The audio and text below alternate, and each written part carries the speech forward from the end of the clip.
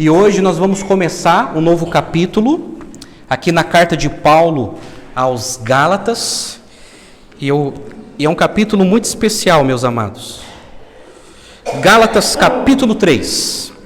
Eu quero fazer uma exposição do verso 1 ao 5. Então abra lá a sua Bíblia, mantenha bem aberta.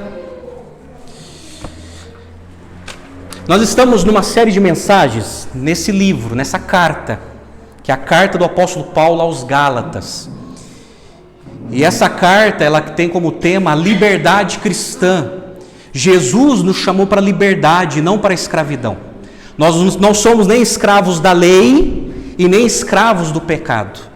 E a tese dessa carta é isso, a liberdade. Qual é a liberdade que nós temos em Cristo Jesus? E Gálatas capítulo 3, verso de 1 a 5, eu quero pensar com os irmãos hoje sobre a insensatez dos Gálatas. Porque os Gálatas, eles conheciam essa verdade, mas eles se permitiram a se afastar dessa verdade. Aí Paulo, com um tom assim bem zangado, os chamam de insensatos. Olha só, Gálatas capítulo 3, verso de 1 a 5. Acompanhem comigo a leitura da Escritura. Ó Gálatas insensatos, quem foi que os seduziu? Não foi diante dos olhos de vocês que Jesus Cristo foi exposto como crucificado? Quero apenas saber isto: vocês receberam o Espírito pelas obras da lei ou pela pregação da fé? Será que vocês são tão insensatos que, tendo começado no Espírito, agora querem se aperfeiçoar na carne? Será que vocês sofreram tantas coisas em vão, se é que na verdade foram em vão? Aquele que lhes concede o Espírito e que opera milagres entre vocês, será que ele o faz pelas obras da lei ou pela pregação da fé? Até aqui, gente, até aqui. Vamos orar mais uma vez? Pai amado, nós estamos diante da Tua santa palavra, Senhor. E é com temor que me aproximo dela, ó Pai, para explicar a Tua palavra para o Teu povo. Dai-me sabedoria, Pai, para explicá-la com fidelidade, como o Senhor exige. Mas que o Espírito Santo, ó Deus, possa ministrar em cada coração nessa noite. E livra-nos, ó Deus, da insensatez, como cometeram esses irmãos, ó Pai. Que o Espírito Santo possa iluminar nossa mente, para entender a revelação da Tua palavra. E que o Senhor fale, Senhor, a cada coração de cada irmão que está aqui nessa igreja, e a cada um que está assistindo, ó Deus. Nós oramos agradecidos em nome de Jesus. Amém e amém. Amados Gálatas, essa carta ela foi escrita pelo apóstolo Paulo, o apóstolo Paulo que a escreveu. E o propósito dessa carta foi combater as ideias perigosas dos judaizantes. Deixa eu te explicar um pouco. A questão é o seguinte: Paulo e Barnabé, eles plantaram várias igrejas na região da Galácia. A Galácia é uma região ou um estado em que Paulo e Barnabé plantaram várias igrejas bíblicas e sadias. Mas o problema é que quando eles saíram dessa região para plantarem novas igrejas, os judaizantes saíram de Jerusalém e foram para essas igrejas denegrindo o apóstolo Paulo. E a conversa era mais ou menos assim: olha, foi Paulo que ensinou Jesus para vocês? Foi Paulo que ensinou para vocês que nós somos salvos somente pela fé? Foram. Olha, eu quero dizer para você que Paulo ele ensinou pela metade.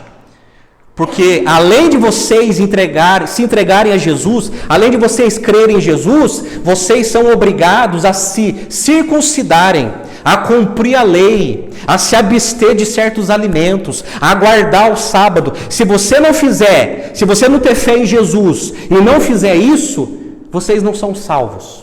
Então esses judaizantes, eles começaram a desarticular aquilo que Paulo tinha ensinado, porque Paulo ensinou, e nós já vimos isso em Gálatas capítulo 2, que nós somos justificados pela fé, e não pelas obras da lei. A Bíblia diz que ninguém consegue cumprir a lei. O nosso pecado nos faz tão incapazes, tão incompetentes para cumprir a lei, que nós não conseguimos. Só uma pessoa que pisou nessa terra, que cumpriu a lei de maneira perfeita, essa pessoa é Jesus. E como ele cumpriu a lei de maneira perfeita, ele levou na cruz do Calvário toda a penalidade da lei, todo o castigo da lei que estava sobre nós, foi cravado em Jesus. Então Jesus morreu na cruz como o nosso representante, assumindo o castigo da lei que estava sobre nós. Ele assumiu tudo na cruz. É por isso que, por causa da morte de Cristo, nós fomos perdoados, salvos e reconciliados com Deus. Ninguém é salvo pelas obras da lei, e os judaizantes ensinavam isso, eles advogavam isso. Não, olha, vocês precisam sim ter fé no Messias, mas vocês precisam cumprir a lei na tentativa também de se salvarem. Então o grande problema, gente, do século I aqui em Gálatas e do século XXI é isso. É a fé agregado mais alguma coisa. Não, eu sou salvo pela fé, mas eu também tenho que ser salvo pelas obras. Eu sou salvo pela fé, mas eu sou salvo pela minha moralidade. Eu sou salvo pela fé, mas eu também sou salvo porque eu sou um cara caridoso. Não. Nada disso tem a potencialidade de nos salvar. Nem a ética, nem a lei, nem a nossa caridade. O que pode nos salvar é quando nós reconhecemos que somos pecadores, somos devedores da lei e nós confiamos naquilo que fizeram por nós. E o que fizeram por nós? Deus enviou seu Filho para cumprir a lei por nós, e Ele assumiu todo o castigo da lei na cruz para nos perdoar. Esse é o Evangelho que Paulo ensinou. E esse falso Evangelho, os judaizantes estavam ensinando na região da Galácia. Então, gente, esse é o contexto dessa carta. Só que o problema é o seguinte: os Gálatas aprenderam o Evangelho, foram convertidos, mas eles deram ouvido para os judaizantes e voltaram para os velhos rudimentos da lei. É por isso que Paulo os chamam de insensatos. Insensatos Gálatas. Quem foi que seduziu vocês? Quem foi que fascinou vocês a voltar? Vocês estão retrocedendo. Vocês estão retrocedendo. Vocês deveriam estar progredindo e estão retrocedendo. Pois bem, gente, essa epístola aos Gálatas, ele pode ser dividido em 3 blocos. Capítulo 1 e 2 fala da defesa do seu apostolado. Capítulo 3 e 4 fala sobre a defesa do Evangelho. E capítulos 5 e 6 fala da defesa da ética cristã. Então, essa carta de Paulo, ele está defendendo o Evangelho que outrora foi manchado pelos judaizantes. Então, amados, essa carta aqui ela é tão relevante hoje, porque infelizmente no nosso país, e aonde a gente está enviando missionários, o Evangelho também foi distorcido. Se as pessoas não acreditarem, não entenderem que a morte de Cristo na cruz foi suficiente, as pessoas pensam que serão salvas por aquilo que elas fazem. Então as pessoas pensam que serão salvas porque pratica caridade, porque dá esmola, porque ajuda o próximo, porque nunca cometeu um crime. As pessoas pensam que serão salvas por causa disso. Mas a Bíblia fala que isso não é suficiente para resolver o nosso pior problema, que é o pecado que nos separa de Deus. E aqui, Paulo ele começa a trazer na mente dos Gálatas de novo isso. Olha, não acredito que vocês se afastaram da verdade de Cristo. Depois de escrever o conceito da união com Cristo e seus efeitos na vida do cristão, como vimos no Gálatas capítulo 2, Paulo passa a se concentrar na experiência passada e na atitude presente dos Gálatas em relação a Cristo. Paulo faz 6 perguntas retóricas referentes à experiência dos Gálatas, com o propósito evidente de apontar e estabelecer que o caminho correto é o da salvação pela fé. Então olha só, verso de 1 a 5, ele faz 6 perguntas. 6 perguntas retóricas. E eu quero compartilhar com vocês essas 6 perguntas e depois eu quero aplicar para a nossa vida. Olha o verso 1 na sua Bíblia, não fecha a Bíblia não. Olha o verso 1, diz assim, ele começa dizendo assim: ó Gálatas insensatos. Aí eu fui no dicionário, gente, para entender um pouquinho essa palavra insensato. Eu sei que não é uma palavra boa. Sinônimo de insensato: tolo, louco. Sinônimo de insensato: estultícia, loucura. E Paulo está chamando esses crentes de tolos. Eu não acredito que vocês cometeram essa tolice. Trocaram o verdadeiro evangelho por um evangelho distorcido. Esse não é o evangelho que eu ensinei para vocês. O evangelho que Cristo me repassou, que eu ensinei para vocês, esse é o verdadeiro evangelho. Agora veio um outro grupo anunciando outro evangelho e conseguiram fazer a cabeça de vocês. Eu não acredito com tanta insensatez.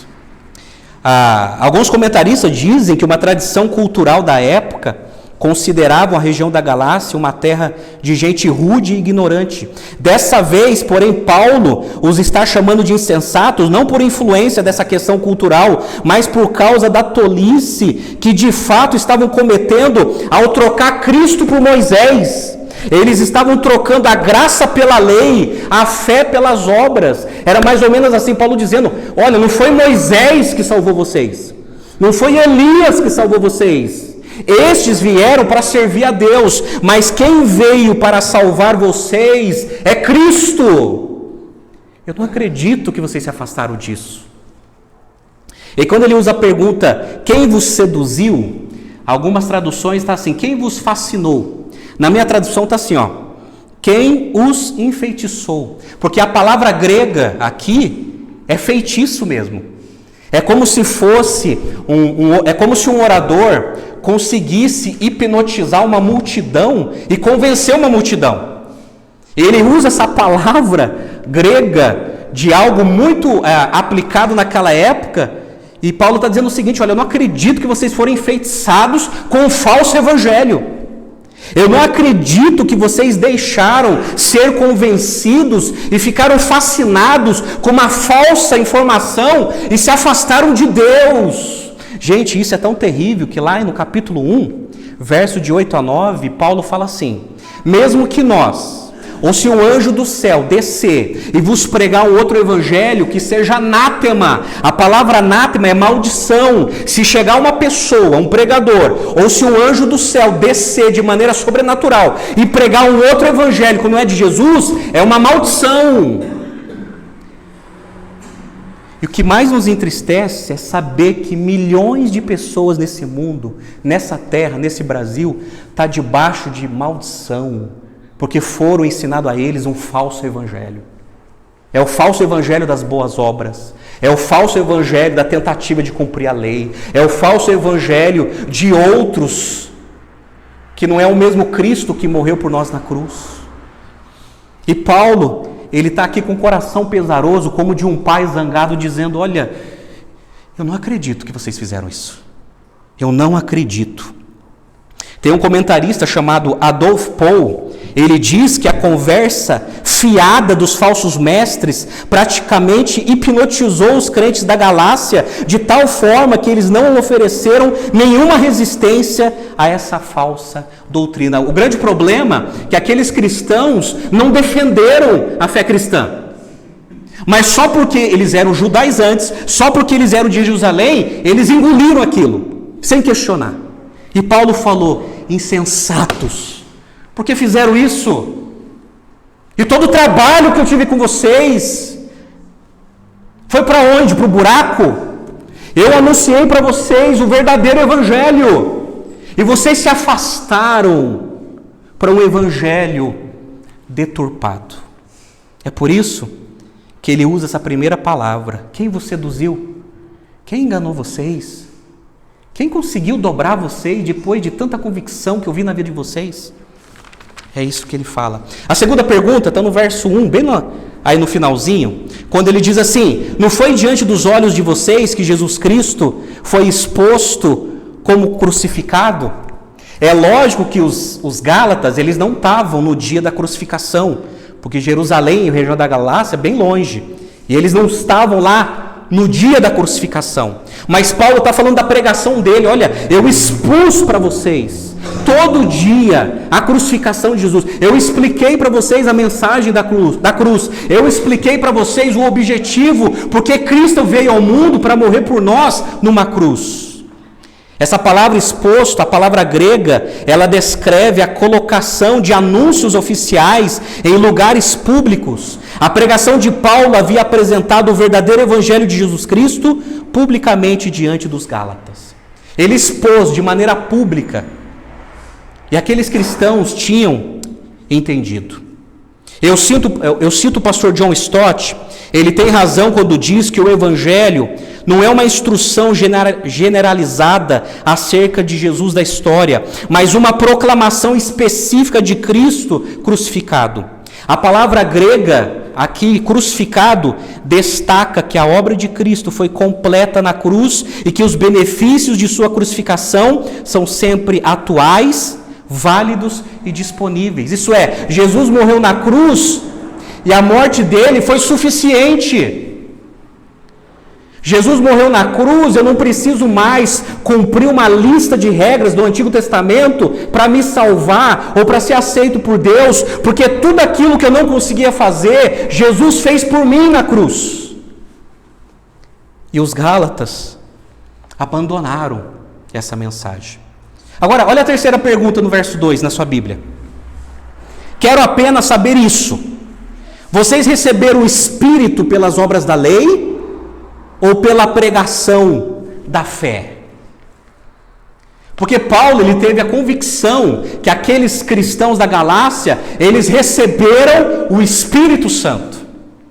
E aí Paulo, ele faz essa pergunta retórica: olha, vocês receberam o Espírito Santo quando vocês descobriram a lei e praticaram a lei, ou quando vocês ouviram a mensagem de Jesus, creram em Jesus?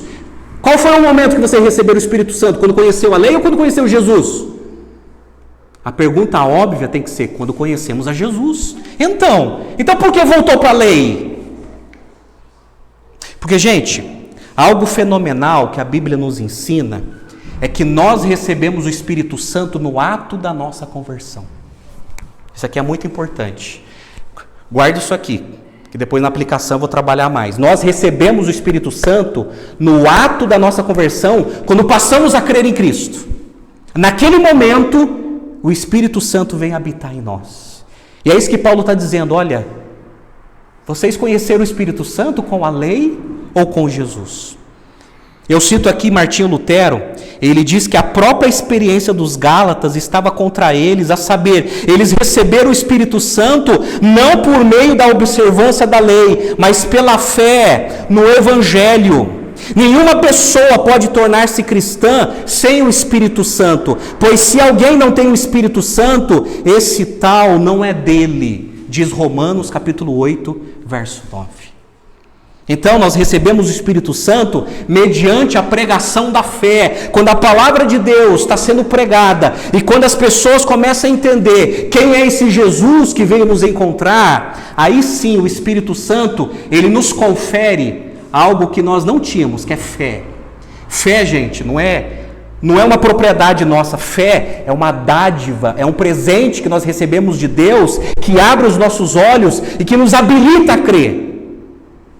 É por isso que muitos não creem, porque não receberam essa fé.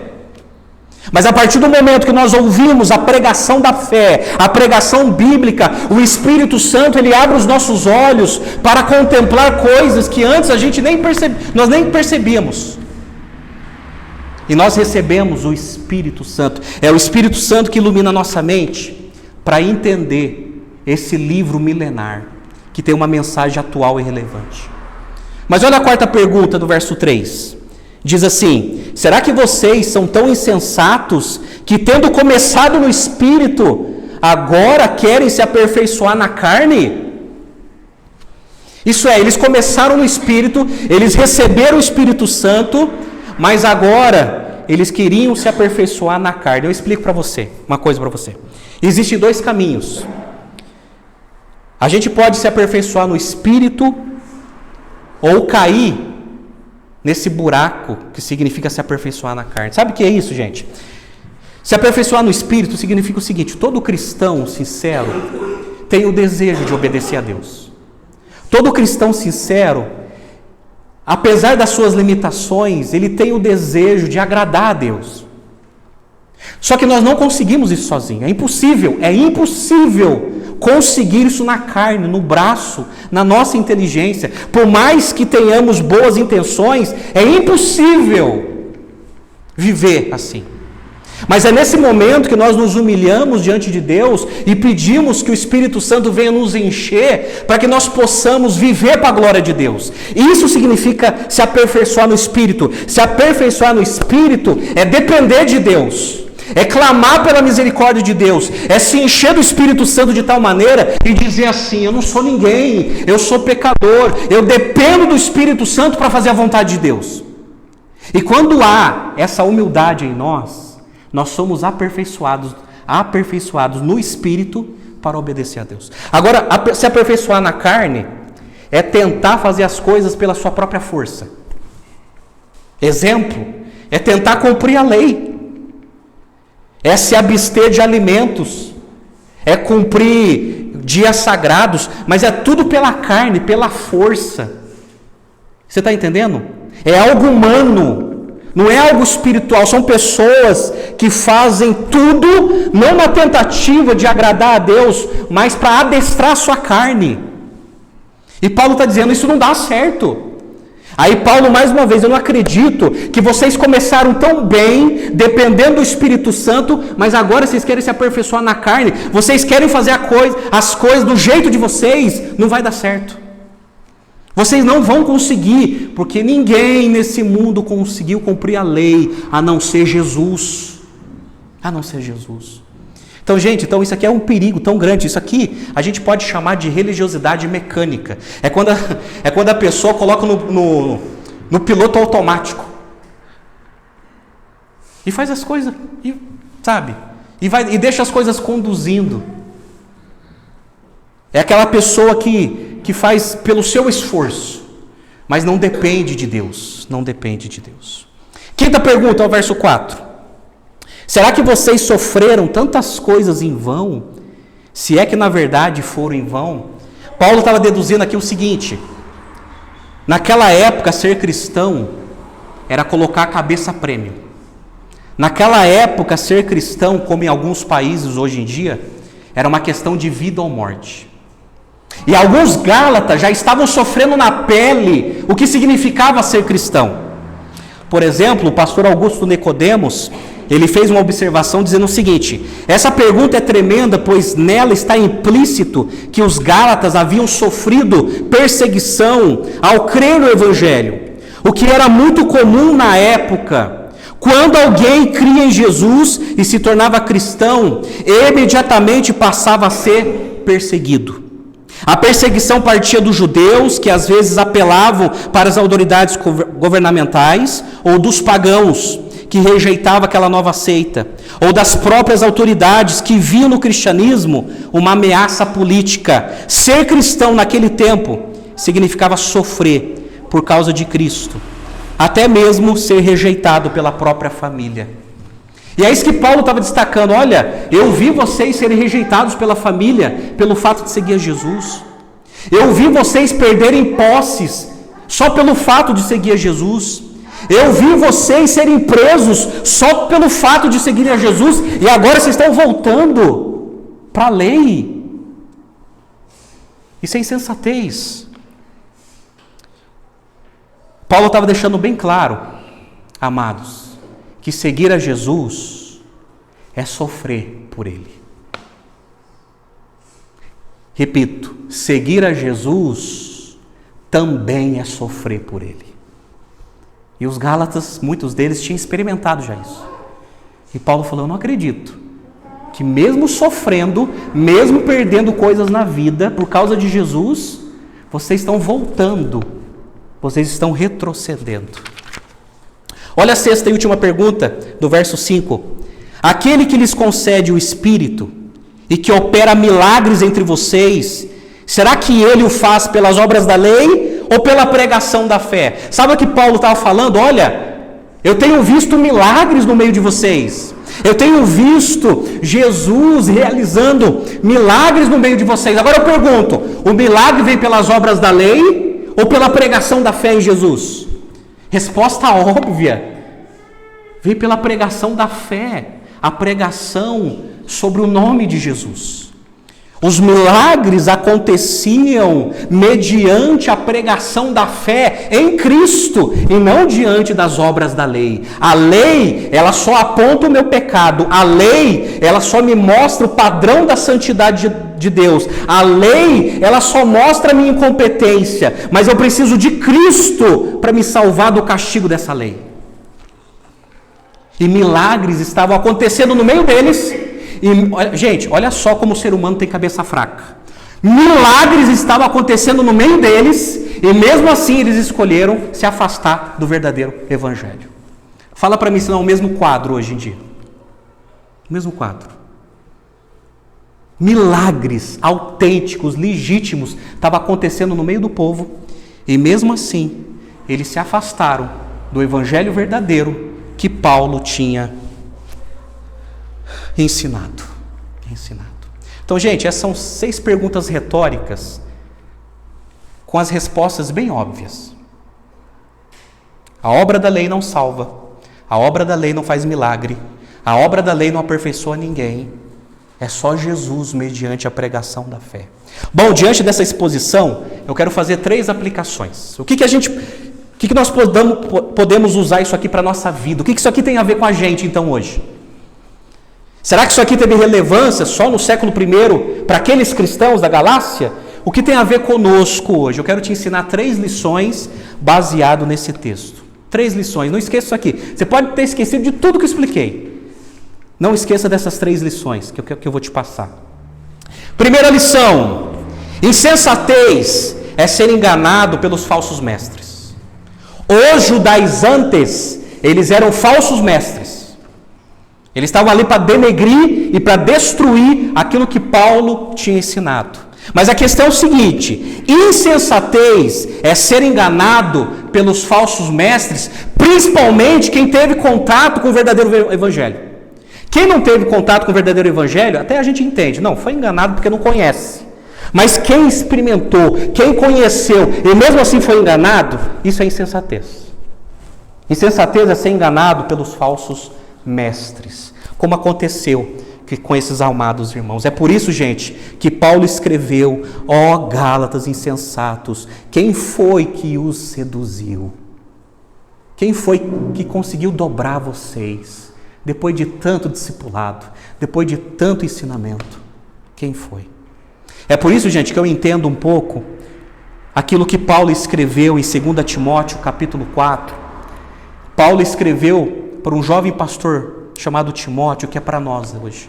Ele escreveu assim, só presta atenção no texto. Ele escreveu assim: diante de Deus e de Cristo Jesus, que há de julgar vivos e mortos, pela sua manifestação e pelo seu reino, peço a você, com insistência, ele falando para Timóteo, que pregue a palavra.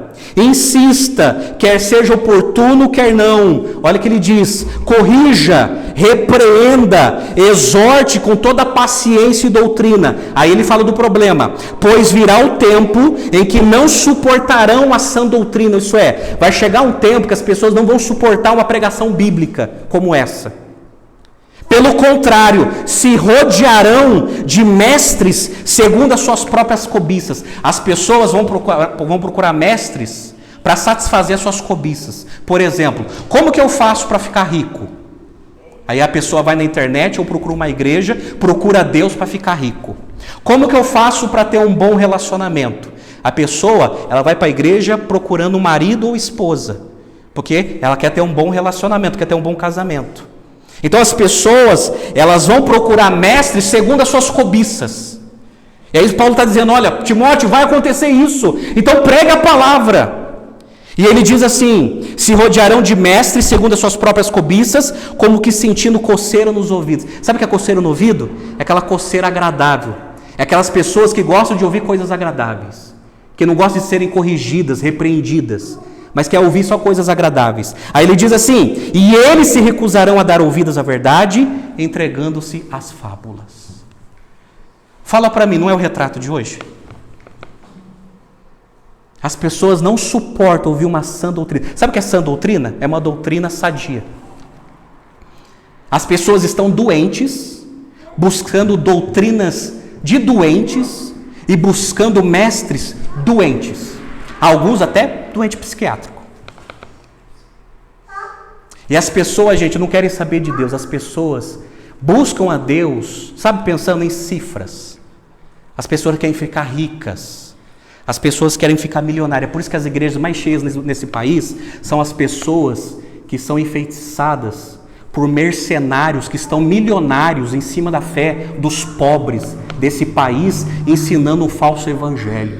E milhões dessas pessoas estão indo para o inferno, porque um falso evangelho está sendo pregado, e esses mercenários que um dia vão para o inferno estão enganando as pessoas. O que vocês acham quando eu saio nas ruas de Canoinhas e falo que eu sou pastor? Eu tenho vergonha, porque as pessoas me associam a esses ladrões, a esses mercenários, que ficaram milionários nas costas dos pobres crentes desse país, ensinando uma falsa doutrina, porque as pessoas querem ficar ricas, e as pessoas buscam a Deus, não para receber salvação, para receber dinheiro, querem ficar ricas. Esse é o problema. E aí, insensatez é ser enganado por falsos mestres, e há muita gente enganado por falsos mestres, muita gente. É por isso que Paulo alertou, gente, em Atos capítulo 20, verso 28, ele está se despedindo dos presbíteros, e com dor no coração, ele dá um conselho para aqueles presbíteros. Ele escreveu assim: cuide de vocês mesmo e de todo o rebanho no qual o Espírito Santo os colocou como bispos para pastorearem a igreja de Deus, a qual ele comprou com o seu próprio sangue.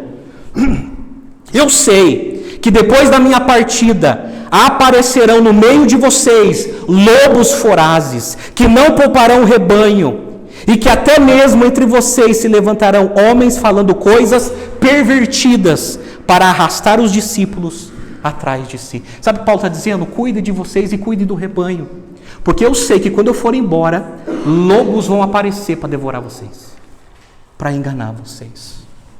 Então, gente, insensatez é ser enganado pelos falsos mestres. Deixa eu perguntar uma coisa para você. Você tem sido enganado por falso mestre? Cuidado. Você precisa tomar muito cuidado com o que você assiste na internet, o que você assiste na televisão. Deixa eu falar uma coisa para você. Nem tudo que se fala em nome de Deus nas redes sociais é bíblico. Se você não tiver um mínimo de conhecimento bíblico, você vai ser enganado, você vai ser enganada. E esse foi o problema. Mas os Gálatas, eles tiveram total acesso ao conhecimento do Evangelho, e mesmo assim escolheram se afastar do Evangelho.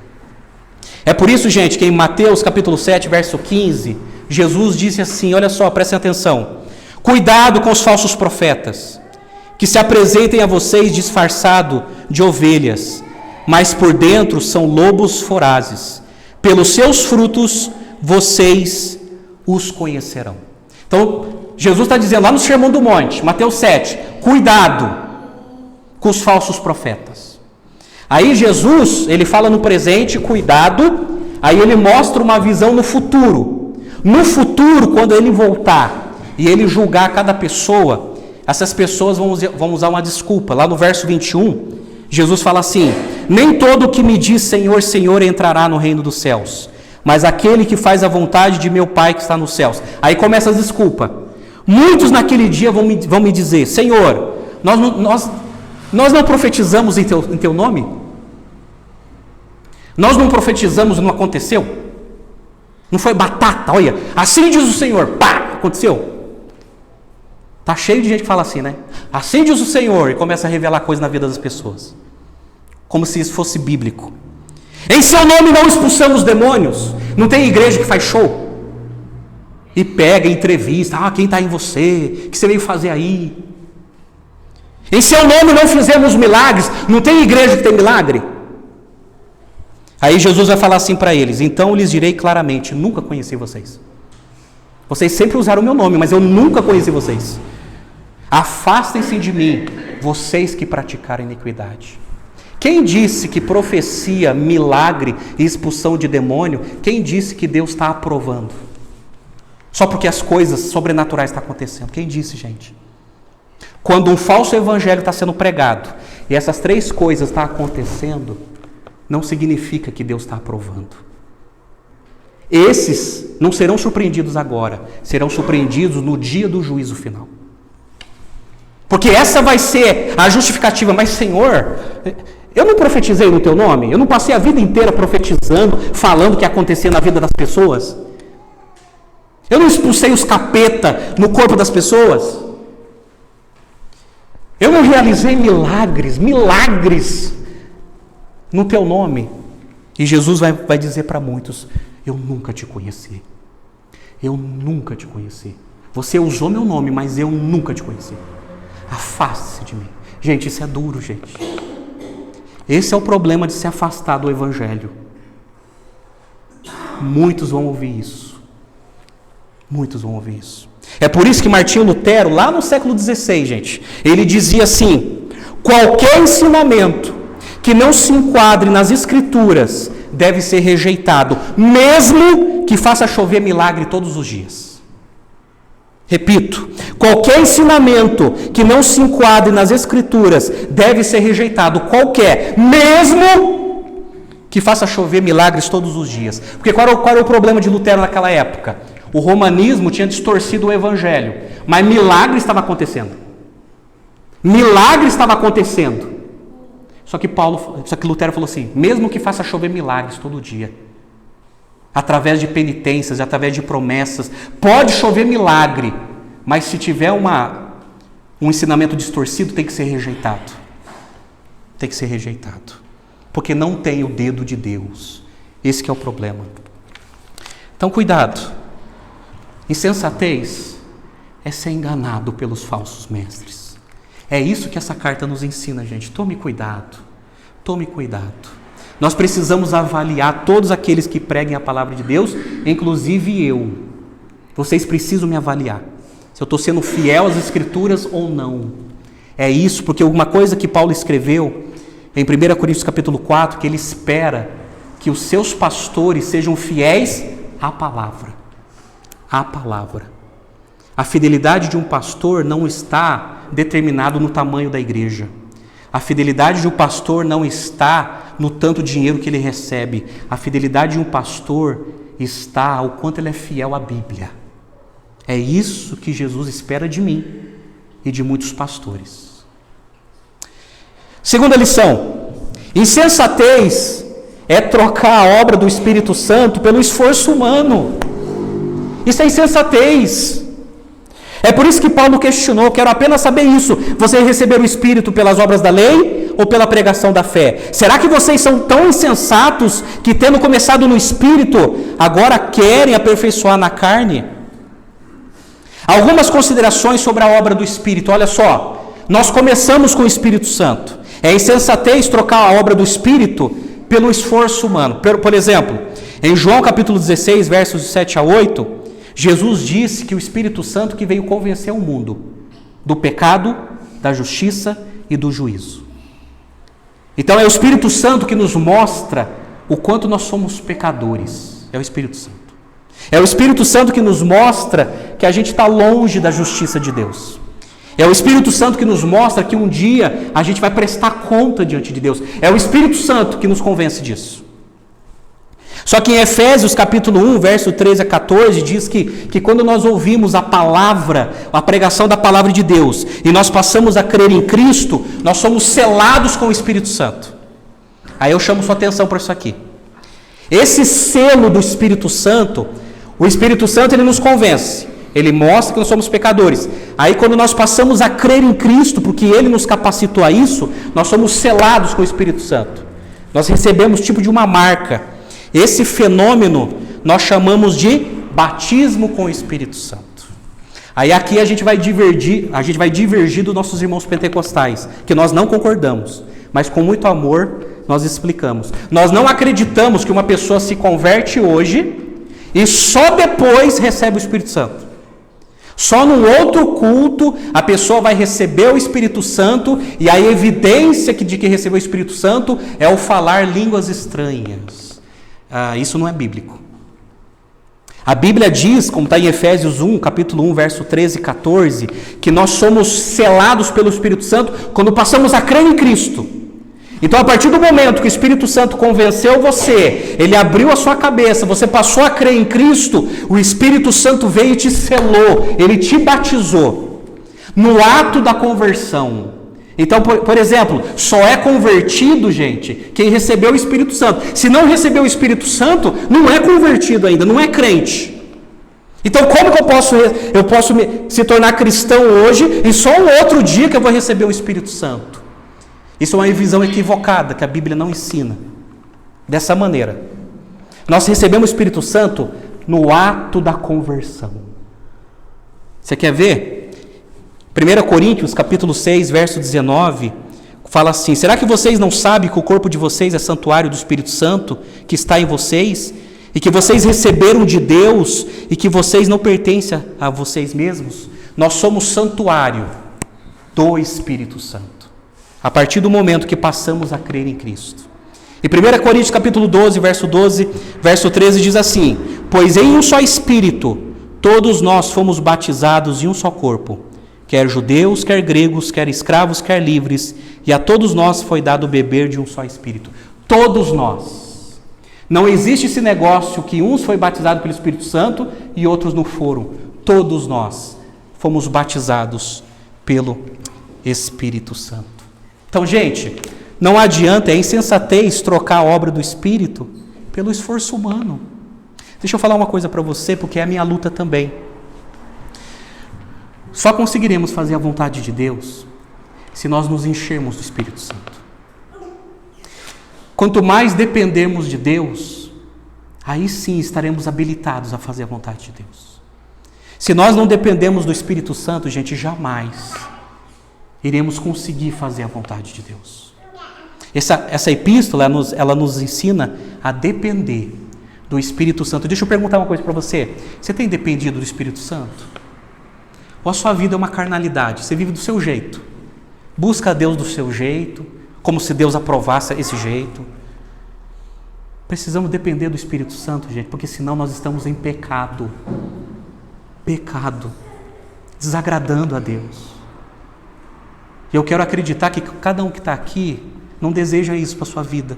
Viver uma vida que desagrade a Deus, que desonre a Deus. Mas se você quer ter uma vida que honre a Deus, se encha do Espírito Santo. Dependa de Deus. Leia a Bíblia. Busque em oração. Humilhe-se diante de Deus. Deixe o orgulho de lado. Deixe os prazeres do mundo de lado e busque a Deus de todo o coração. É por isso que Paulo falou em Efésios 5,18: e não vos embriagueis com vinho em que há contenda, mas enchei-vos do Espírito. Não se embriague com os prazeres deste mundo, que te afasta ainda mais de Deus, mas se enche do Espírito Santo. Não fique seduzido pelos prazeres do mundo, porque é isso que o diabo quer da sua vida. Ele quer te afastar de Deus o máximo possível. Mas se encha do Espírito Santo, se aproxime de Deus, busque a Deus, viva para Deus, senão você vai ser mais um daqueles que Jesus vai falar: nunca te conheci. Eu nunca te conheci. Busque a Deus, dependa do Espírito Santo. Gente, essa é uma luta de todo crente. Essa é uma luta de todo cristão. Nós vivemos essa luta diariamente. A cada dia nós precisamos nos quebrantar, nos humilhar diante de Deus e dizer: Deus, me ajuda a fazer a tua vontade, porque se for por mim, eu vou escolher coisas que não faz parte dos teus planos. Eu vou quebrar minha cabeça de novo. Eu vou desonrar o teu nome. Eu dependo de ti. Essa é a luta diária de um cristão, gente. Agora imagine quem não é cristão, quem não tem o Espírito Santo. Se nós sofremos isso na pele, imagine aqueles que ainda não conhecem a Jesus. Mas insensatez, gente, é trocar a obra do Espírito Santo pelo esforço humano. Sabe o que é esforço humano? São as pessoas que tentam se aproximar a Deus através das obras. Isso é esforço humano, que a Bíblia diz que é inútil. Os seus pecados não serão perdoados por causa das esmolas que você dá. Os seus pecados não serão perdoados porque você nunca cometeu um crime na sua vida.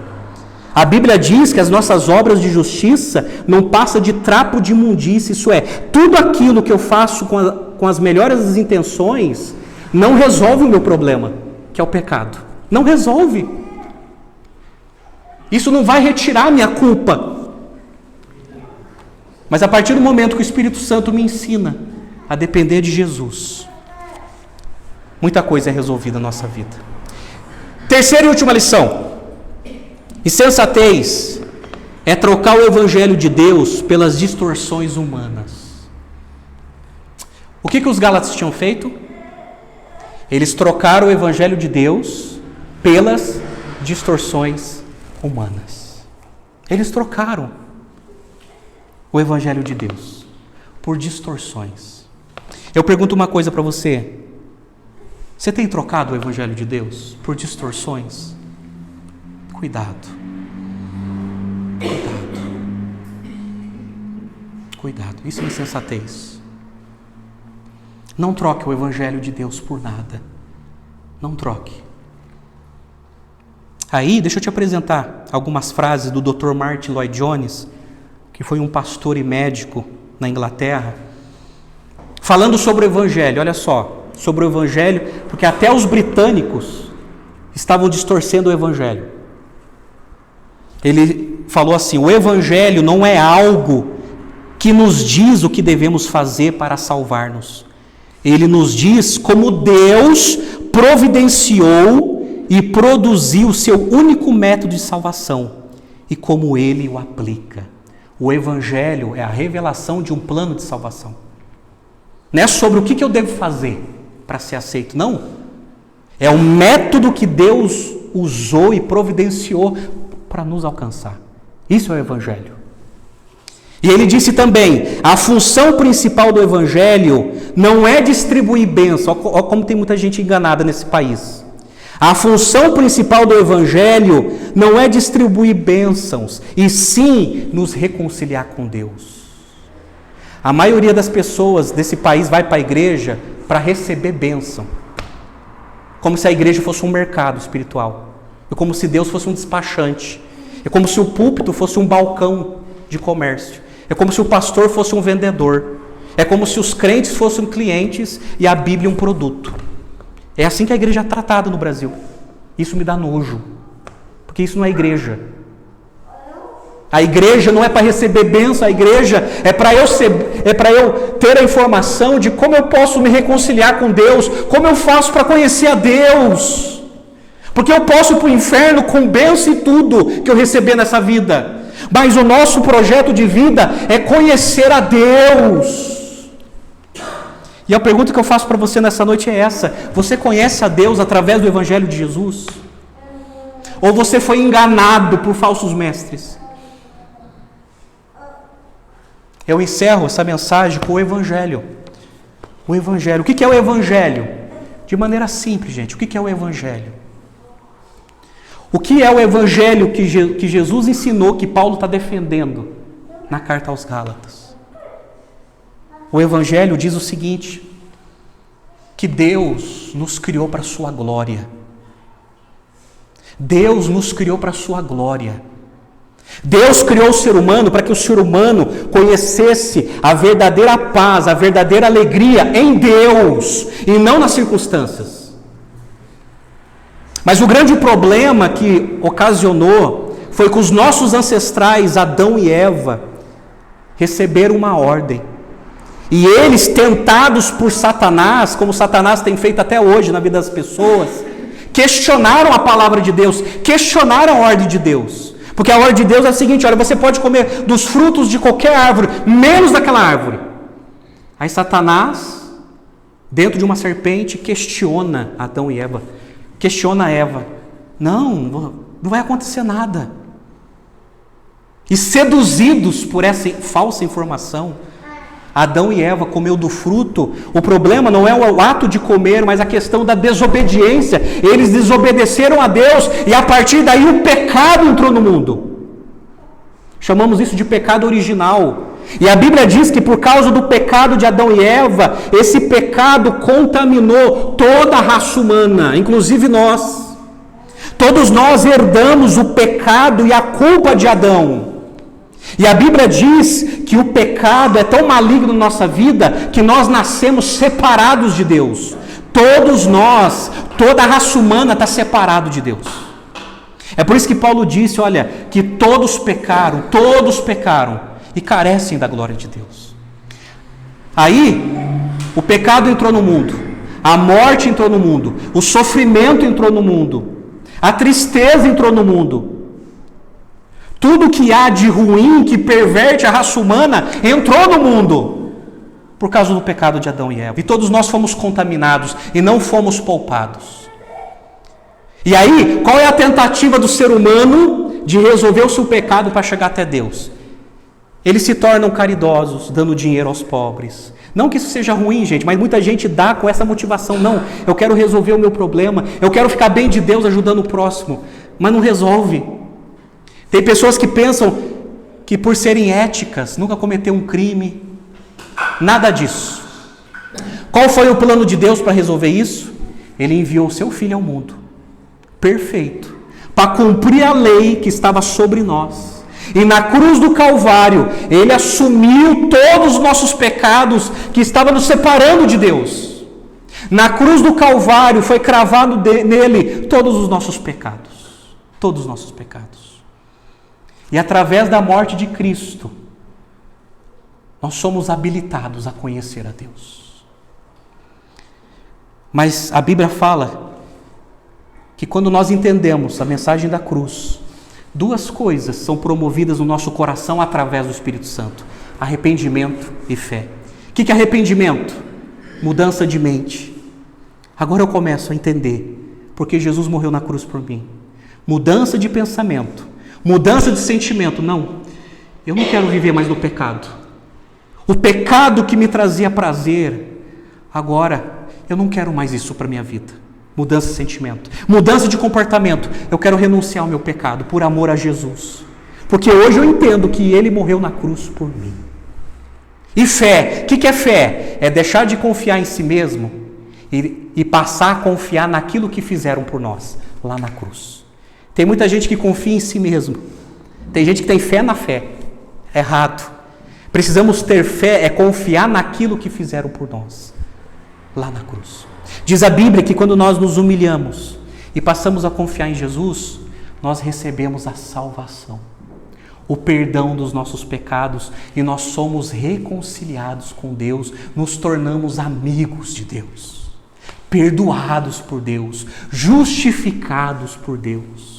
Não mais escravizado pelo pecado, mas agora libertado do pecado para viver para a glória de Deus. É isso que os Gálatas tinham abandonado. Eles voltaram para as obras no sentido, não, eu preciso me salvar, eu preciso cumprir a lei. E Paulo falou, não, vocês não entenderam que Jesus já fez tudo por vocês, basta você crer nele. Basta você crer. E essa é a última pergunta que eu faço, é uma pergunta retórica. Você realmente crê em Jesus? Você tem entregado a sua vida a Jesus? Entregue a sua vida a Jesus e você vai entender a salvação que Deus planejou para você, para nos livrar da condenação eterna. Vamos orar, gente? Vamos orar? Feche seus olhos. Eu gostaria que você pensasse nisso. Tudo isso que você ouviu. A minha oração é que Deus nos livre da insensatez. Se nós já tivemos a oportunidade de conhecer o Evangelho. Mas se você ainda não teve essa experiência, entregue a sua vida a Jesus hoje. Saia daqui, dessa igreja, com Cristo Jesus no seu coração. Vamos orar? Pai amado, eu fiz o que pude, Pai. Pregar a Tua palavra, Senhor. Ó Deus, aplica essas verdades nos corações dos meus irmãos, ó Deus. Eu peço por nós, Pai, livra-nos da insensatez, ó Deus. Livra-nos, ó Deus, da insensatez que os nossos irmãos Gálatas tiveram. E dai-nos uma fé robusta, verdadeira, ó Pai. Não permita, ó Pai, que nos desviemos do Evangelho de Jesus, ó Pai.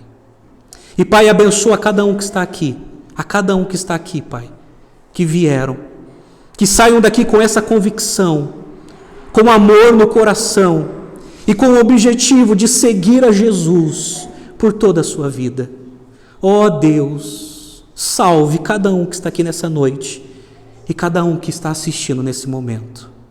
Nós entregamos, ó Deus, a nossa vida, tudo que temos, ó Pai, nós não temos nem ouro nem prata, mas tudo que temos nós te damos, que é a nossa vida. Nós oramos em nome do Senhor Jesus. Amém e amém, Senhor. E amém.